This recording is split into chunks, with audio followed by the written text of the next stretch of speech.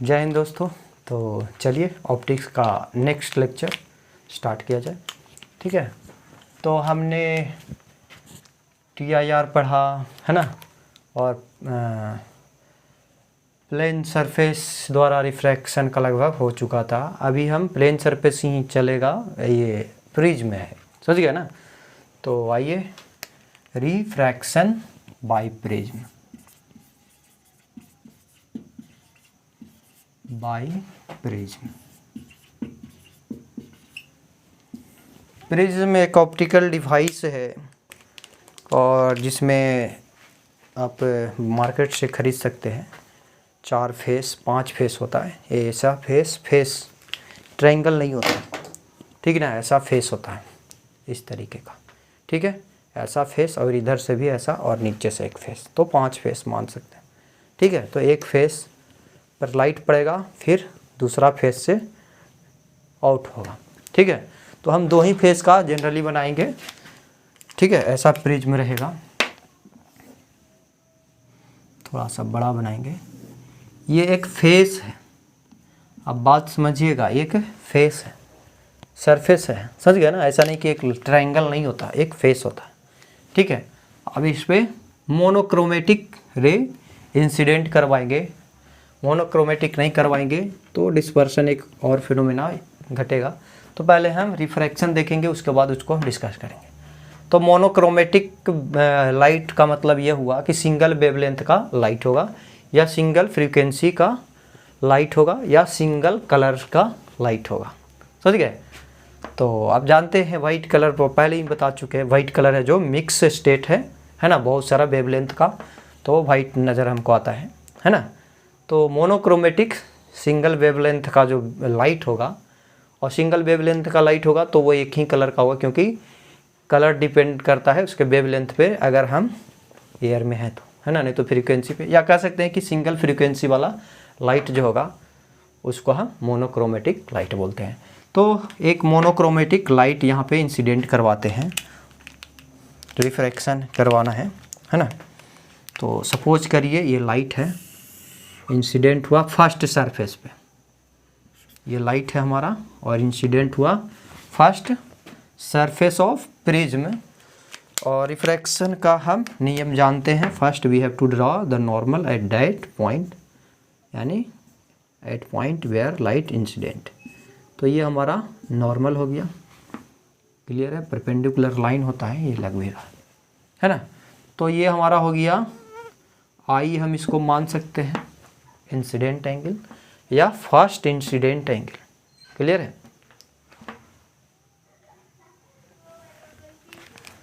और चूंकि ये N1 है रिफ्रैक्टिव इंडेक्स का, और इसको N2 रिफ्रैक्टिव इंडेक्स का मान लीजिए, ये हायर रिफ्रैक्टिव इंडेक्स का प्रिज्म हम मान के चलते हैं, और हम जिस मीडियम में रखे हैं वो लोअर रिफ्रैक्टिव इंडेक्स का है।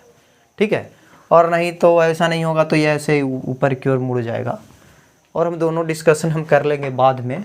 अभी फ़िलहाल हम मान के चल रहे हैं कि N2 ग्रेटर देन N1, यानी प्रिज्म जो रखा हुआ है अपने से लोअर रिफ्रैक्टिव इंडेक्स में।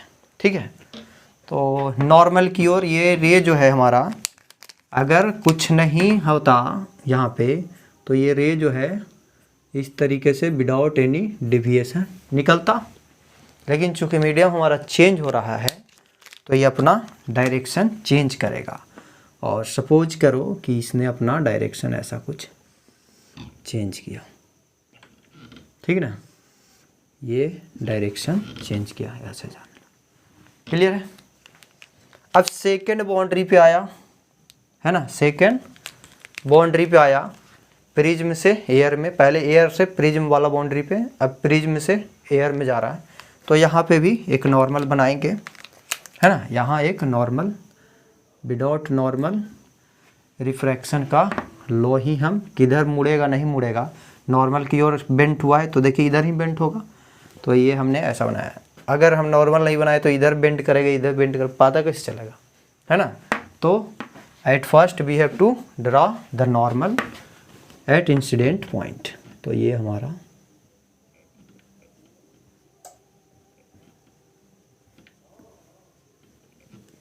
थोड़ा सा सही से बनाएंगे ना तो ऐसा कुछ, ठीक है। ये दोनों नॉर्मल यहाँ पे कट करना, तो ये ऐसे निकलता। अगर कुछ नहीं होता तो ये रे जो है समथिंग ऐसे ही निकल जाता है ना, सिंपली ऐसे निकलता। लेकिन चूंकि मीडियम चेंज हो रहा है तो क्या है यहाँ पे, मीडियम कैसा है, डेंसर से रेयरर में जा रहा है। तो अवे फ्रॉम नॉर्मल, ये नॉर्मल है और लाइट ऐसे जाना चाहिए था, तो अवे इधर नीचे ही झुकेगा, है ना। तो हमारा सपोज करो कि ये लास्ट रिफ्रैक्टेड रे है, ठीक है। या इसको हम, ये इंसिडेंट रे हो गया और इसको लास्ट रिफ्रैक्टेड रे भी बोल सकते हैं या इमर्जेंट रे भी बोला जाता है, ठीक है। क्लियर है।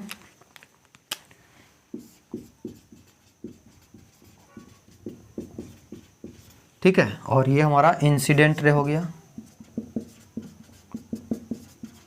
है ना। और ये एंगल ऑफ इंसिडेंट, और ये जो है लास्ट हम इसको आर से हम रिप्रेजेंट कर लेते हैं, और नहीं तो ये I1 मानेंगे इसको और इसको I2 मान लेते हैं, ठीक है। एंगल कुछ भी मान सकते हैं, ऐसा नहीं कि हम यहाँ पे I1 माने तो अलग हो गया, ठीक है ना। तो ये मानने का अपना है। ये हो गया एंगल, लास्ट हो गया हमारा ये क्या, एंगल ऑफ रिफ्रैक्शन, और ये फर्स्ट एंगल ऑफ इंसिडेंट है, या इसको हम सिंपली बोलते हैं एंगल ऑफ इंसिडेंट और इसको बोलते हैं एंगल ऑफ इमर्जेंस, ठीक है। एंगल ऑफ इमर्जेंस या लास्ट एंगल ऑफ रिफ्रैक्शन भी बोल सकते हैं, ठीक है। और ये कुछ और भी है, इसको, इस एंगल को हम R1 मान ले और इसको R2 मान ले, ठीक है। कुछ पॉइंट दे देते हैं, और ये A पॉइंट है, ये A है, और ये B है, और ये C है, ठीक है। ये जो एंगल हुआ इसको हम A ही मानेंगे, और ये है एंगल A जो है एंगल ऑफ प्रिज्म कहलाता है,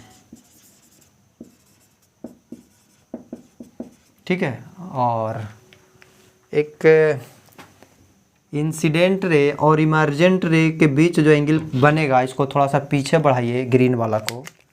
इमर्जेंट लास्ट जो रे जा रहा है वो इमर्जेंट रे है, और इसको थोड़ा सा पीछे आप बढ़ाइएगा तो ये दोनों एक दूसरे से यहाँ पे कट करेगा, यहाँ पे एक एंगल बनाएगा, है ना। ये जो एंगल हुआ एंगल ऑफ डिविएशन, ठीक है।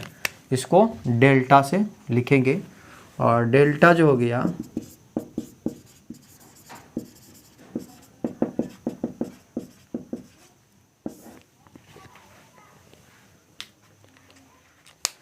कितना से डिविएट हुआ। देखिए ओरिजिनली अगर कहते कुछ नहीं होता तो ये रे हमारा ऐसे निकलता, लेकिन कैसे जा रहा है, ऐसे जा रहा है, तो कितना से डिविएट हो गया है, इतना ही एंगल से ये डिविएट हुआ, है ना। तो ये हमारा एंगल ऑफ डिविएशन कहलाता है, ठीक है। डेल्टा से हम इसको रिप्रेजेंट करते हैं। अब हमको यही सब में रिलेशन निकालना है, एंगल ऑफ प्रिज्म में, इमर्जेंट रे में, या इंसिडेंट रे, इंसिडेंट एंगल में, ठीक है। एंगल ऑफ इंसिडेंट, ये सब में रिलेशन देखना है क्या है नहीं है।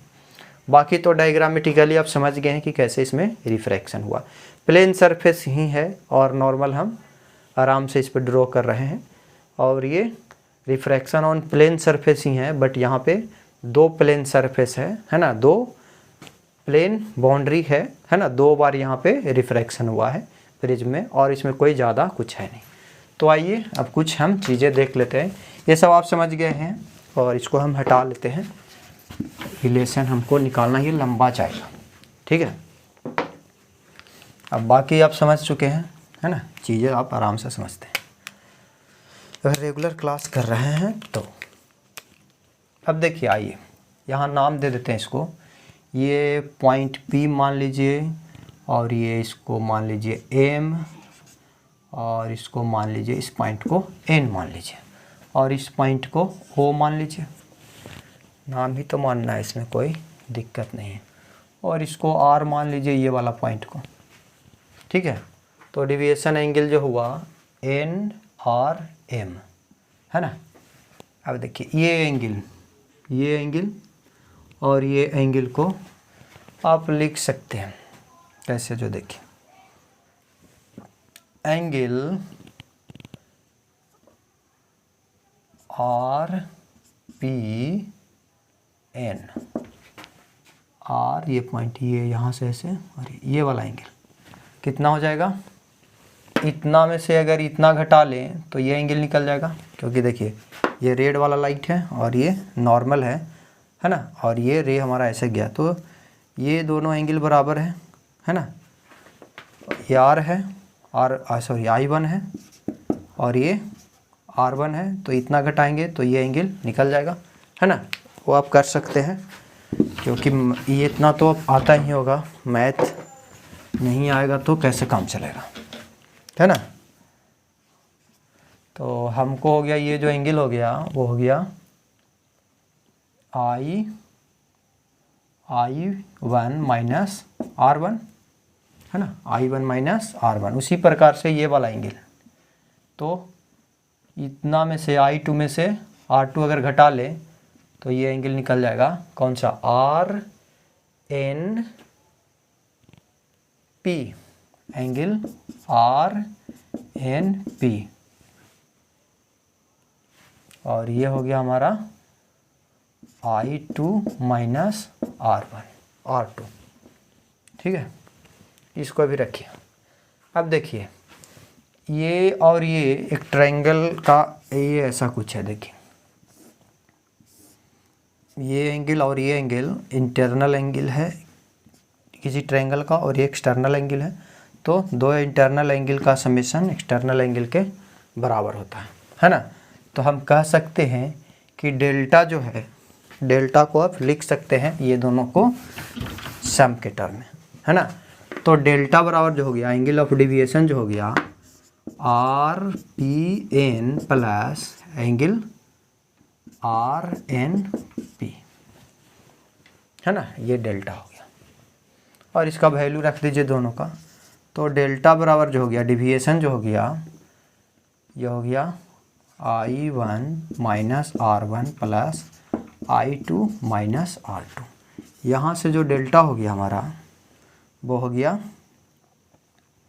I1 plus I2 minus R1, ये ब्रैकेट में लिख लेते हैं R2, ठीक है।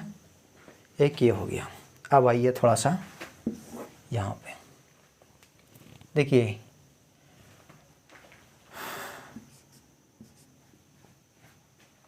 इस ट्रायंगल में देखिए पहले,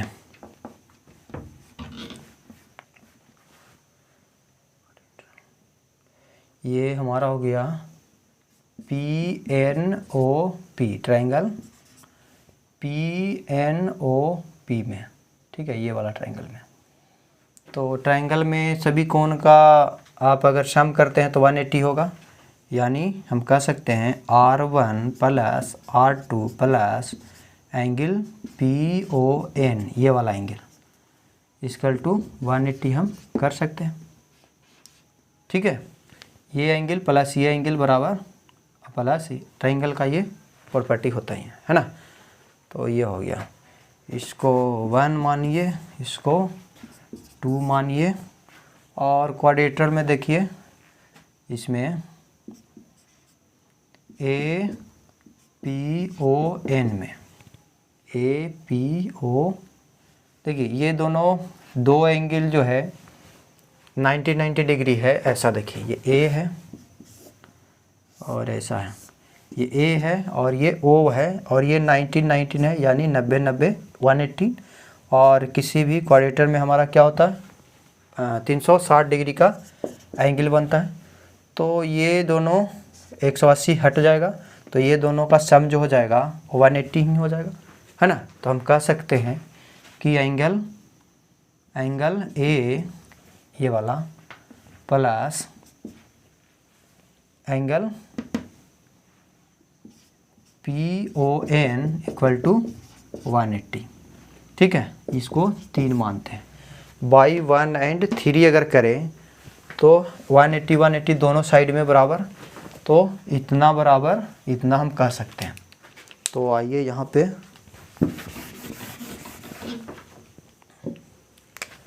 बाई 1 and 3, तो ये हो जाएगा R1 plus R2 plus PON equal to angle A plus PON कटेगा, यानी R1 प्लस R2 हमारा हो गया, ये हो गया 4। तो ये देखिए रिलेशन है, ये दोनों का सम एंगल इसके बराबर है ना। तो अभी बस पूरा हमारा हुआ नहीं है ना, अभी बस यही सब रिलेशन निकला, ठीक है। अब ये अगर ये दिया हुआ है तो ये R1 R2 दिया हुआ है तो निकल सकता है डिविएशन। अगर ये सब दिया हुआ है तो ये बेसिक फंडामेंटल, इसमें कोई कंडीशन नहीं, ये सब फार्मूला जो आया ये और ये जेन्युइन फार्मूला आया है ना, और इससे हमको एक्चुअल कोई कंडीशनल नहीं है, ठीक है। अब है जो हम आएंगे कंडीशन पे, क्योंकि क्वेश्चन है जो कंडीशनल फार्मूला से ही पूछता है, ठीक है। तो जो इक्वेशन है उसको अब बस आपको याद रखना है और कंडीशन हम देखते जाएंगे। देखिए पहला इक्वेशन हम लिख देते हैं, जो कि यूज होगा डेल्टा डिविएशन वाला जो हुआ हमारा I1 plus I2 minus R1 plus R2, है ना। अब इसको हटा देते हैं, तो इसकी ज़रूरत अब इतना बड़ा ये डेरिवेशन है ना कंडीशन पे। तो अब बात समझिए, ये 1 है और 2 हो गया हमारा, ये इसका इस्तेमाल तो अब कुछ है नहीं, मेन हमारा 4 का इस्तेमाल होगा, ठीक है। तो 4 का इस्तेमाल होगा जनरली, तो हम करेंगे R1 प्लस R2 जो है हमारा A है ना। तो ये हो गया हमारा 4 नंबर, और इसी का इस्तेमाल हमको आगे कंडीशन में होगा। बाकी ये सब का कोई ख़ास इस्तेमाल है नहीं, तो हम इसको हटा देते हैं। बस ये आया था हमारा।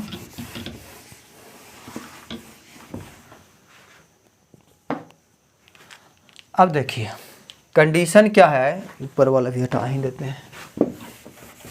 कंडीशन हमारा क्या है कि कहेगा क्या कि फॉर मिनिमम डिविएशन जो होता है, अगर मिनिमम डिविएशन के लिए अगर कहे तो इमर्जेंट एंगल और इंसिडेंट एंगल जो होता है बराबर होता है, ठीक है, फॉर मिनिमम डिविएशन। ये प्रैक्टिकली प्रूफ किया गया, ठीक है। फॉर मिनिमम डिविएशन,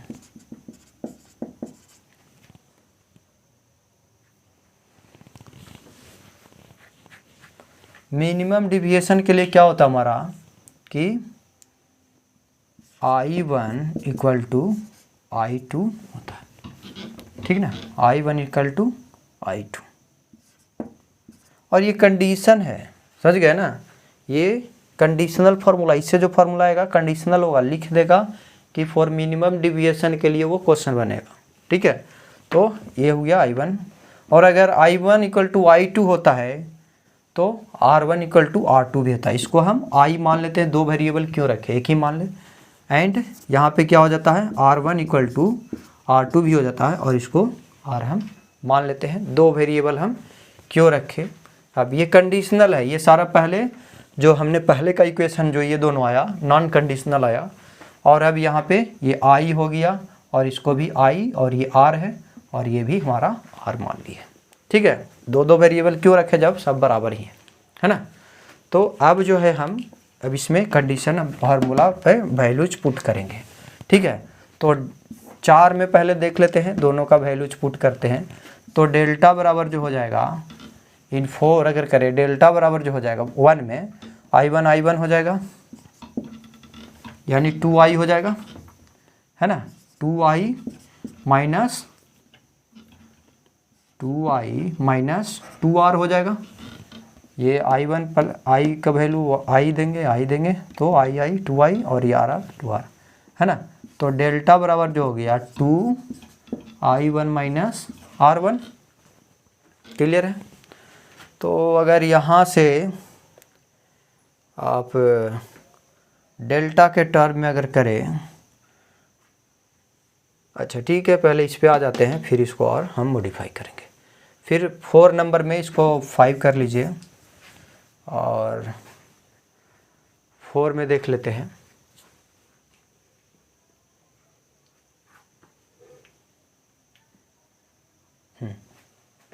आइए यहाँ पे R1 और ये अगर करें तो हो जाएगा R1 प्लस R2 बराबर हमारा क्या था, A था, और ये हो जाएगा 2R बराबर A, यहाँ से R बराबर हो जाएगा A/2, है ना, ये हो गया। अब आप यहाँ से R का भी वैल्यू पुट कर सकते हैं यहाँ पे 5 में, इसको 6 मानेंगे और putting the value of R in 6, putting the value of R इन 6।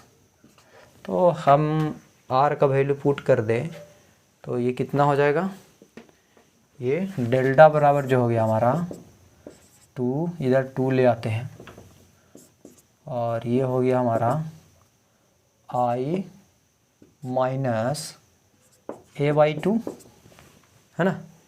तो इधर A ले आते हैं तो I बराबर हमारा कितना हो गया, डेल्टा बाई 2 और ये प्लस एंगल A/2। यहाँ से हम कह सकते हैं I बराबर हमारा हो गया डेल्टा प्लस A/2, है ना। तो ये हम इसीलिए निकाल रहे हैं कि I और R निकल जाएगा तो हम रिफ्रैक्शन स्नेल्स लॉ का लगा सकते हैं, है ना, लॉ ऑफ स्नेल्स। तो I और R हमको मिल गया 6। अब हम ये सारा हटा लेते हैं क्योंकि हमारा इसका फॉर ये मिनिमम पहला हमारा जब ये जो आ रहा है फॉर मिनिमम डिविएशन के लिए फार्मूला आया, ये दोनों फार्मूला जो आया R बराबर A/2 एंगल ऑफ ब्रिज में जो हुआ R का दुगना होता है, सॉरी R का दुगना होता है, R जो भी दिया हुआ रहेगा। तो ऐसा हम निकाल सकते हैं इस फार्मूला के मिनिमम डिविएशन के लिए, ठीक है। अब मिनिमम डिविएशन में भी कुछ कंडीशन अब आएगा। पहले हमारा अब ये मिनिमम डिविएशन के लिए फार्मूला है, मिनिमम डिविएशन वाला फार्मूला पहला क्या था, फॉर मिनिमम के लिए वो हमारा आया R बराबर हमारा आया A/2 और इसको 6 माना, और I बराबर आया डेल्टा प्लस A/2, इसको 7। ये मिनिमम डिविएशन का फार्मूला है, ये दोनों आया था जनरल फॉर्म में। अब हम स्नेल्स लॉ लगाते हैं, bye Snell's law.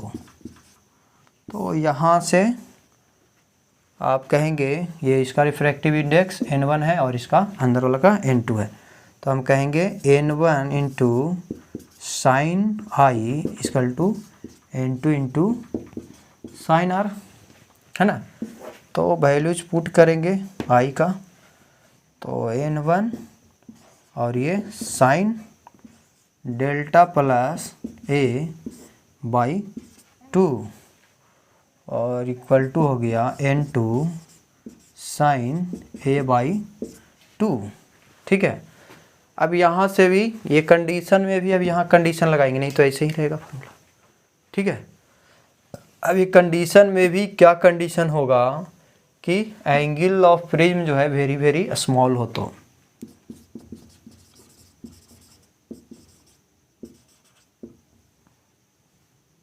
Is very small, बहुत छोटा, एक से भी कम मान के चलिए, समझ गए ना। तो जितना ये एंगल होता है ना, उतना ही वैल्यू के बराबर होता है। या हम कह सकते हैं यहाँ से साइन डेल प्लस A/2 बराबर हम कह सकते हैं डेल, हम ये लिख सकते हैं, है ना। या साइन A/2 बराबर, जब एंगल ऑफ ब्रिज में छोटा होगा तो डिविएशन भी छोटा होगा, ठीक है। तो वैल्यू जो है एंगल के बराबर होता है, ये बहुत बार डिस्कशन हो चुका है, ठीक है। तो इस फॉर्मूला में कंडीशन पहले ही है मिनिमम का और उसमें भी अब प्रिज्म का बहुत बहुत छोटा होगा, तभी आगे जो फॉर्मूला आएगा यूज होगा। ठीक है, तो यहाँ से अगर हम कहें तो ये जो हो गया, तो ये ऊपर वाला हम हटा देते हैं, क्योंकि ये सब हटाएंगे नहीं तो इतना बड़ा ड्राइवेशन है वो जाएगा कहाँ, है ना। और लास्ट जो फार्मूला आएगा दो कंडीशन के अनुसार से आएगा, है ना। और ये हम कह रहे हैं, यानी हम लिख सकते हैं N1 और ये delta plus prism angle of prism by 2 बराबर N2 और A/2। क्लियर है, यहाँ से 2 कैंसिल हो जाएगा और N1 हो गया हमारा डेल्टा वाई ए N2, है ना। ए वाला को एक साइड रखते हैं, ये N1 डेल्टा हो गया इधर N2 A minus N1 A, और ये N1 delta equal to N2 minus N1 हो गया, और ये A हो गया, है ना। A कॉमन ले लेंगे तो यहाँ से डेल्टा बराबर हो गया N2 माइनस N1/। क्लियर है,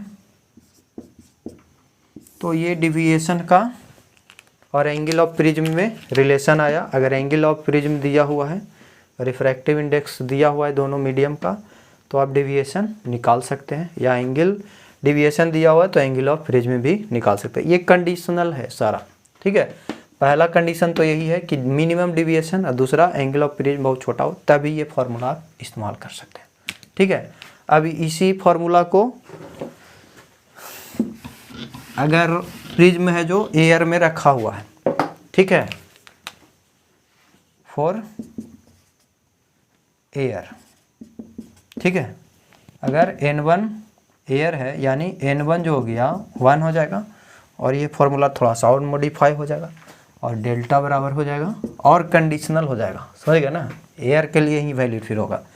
और ये अगर हम प्रिज्म का N मान ले, है ना, प्रिज्म का N मान ले, है ना, तो सिंपली हम लिख सकते हैं N2 के जगह पे N, और ये 1 है और ये 1 ही है, तो ये हो गया, यानी डेल्टा बराबर हो गया हमारा N-1 into angle of prism. तो ये और कंडीशनल है, ये एयर में प्रिज्म रखा हुआ होगा तो ये किसी मीडियम में रखा हुआ होगा तब भी यूज कर सकते हैं, लेकिन ये कंडीशन क्या है, एंगल ऑफ प्रिज्म बहुत छोटा हो, और कंडीशन क्या है, फॉर मिनिमम डेविएशन। ठीक है, तो इस तरीके से हम रिलेशन निकाले हैं डेविएशन और एंगल ऑफ प्रिज्म में और इसके रिफ्रैक्टिव इंडेक्स में। तो इससे रिलेटेड आप क्वेश्चन कर सकते हैं, है ना। क्वेश्चन रहेगा आपको, ये दिया हुआ रहेगा एंगल ऑफ प्रिज्म और आपको डेविएशन भी दिया हुआ रहेगा। ठीक है, तो ये सब क्वेश्चन आप कर सकते हैं। तो ये हो गया पूरा प्रिज्म के बारे में। ठीक है, यही अगर स्लैब रहेगा, प्रिज्म में हमारा डेविएशन हुआ है ना, पाथ डेविएट हुआ है, और यही अगर स्लैब रहता तो यहाँ पे दो सरफेस यहाँ पे भी होता, समझ गए ना। अगर ये स्लैब रहता ग्लास का तो यहाँ पे भी दो सरफेस है, लेकिन दोनों सरफेस पैरेलल है, यहाँ पे दोनों सरफेस जो है इंक्लाइंड है। ठीक है ना, ये ए दोनों कुछ एंगल से इंक्लाइंड होगा, तो यहाँ पे अगर रे इंसिडेंट हो रहा है, यहाँ नॉर्मली बनाएं तो अगर ये हायर रिफ्रैक्टिव इंडेक्स का है तो नॉर्मल की ओर बेंट हुआ और ये ऐसे गया। ठीक है, फिर यहाँ नॉर्मल बनाएंगे, और अगर ये N1 है और ये N2 है और ये N1 ही है दूसरा फिर मीडियम जो आया, तो फिर से ये क्या होगा, ये फाइनल रे के पैरेलल ही क्या होगा, रे निकलेगा। इनिशियली जो रे इंसिडेंट हुआ था उसी के पैरेलल, तो यहाँ पे डेविएशन जो है 0 है, यहाँ पे डेविएशन हुआ था, है ना, और आपने देखा था ऐसा कुछ, है ना। हाँ, ये अगर N1 और N2 ये N3 में रह जाए तो हो सकता है कि डेविएशन हो, सपोज करो कि ये और ऐसा कुछ हो जाए, है ना, हो सकता है ना। जब ये N3 है, ये ऊपर अलग मीडियम, इधर अलग मीडियम, है ना, और ये नीचे अलग मीडियम, तो फिर ओरिजिनली हमारा और इसमें हमारा क्या है, एंगल बनेगा। ठीक है, और ये वाला एंगल कुछ ऐसा।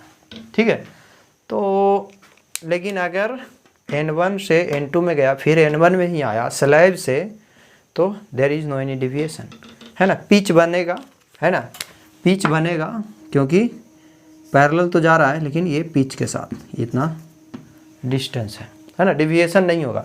इसमें डिविएशन हुआ, देखिए ऐसे जाना चाहिए था लेकिन फाइनली हमारा ऐसे गया। ये देखिए पाथ इसका इधर था, होना चाहिए था, लेकिन डिविएट होके देखिए कितना एंगल से डिविएट हुआ, है ना।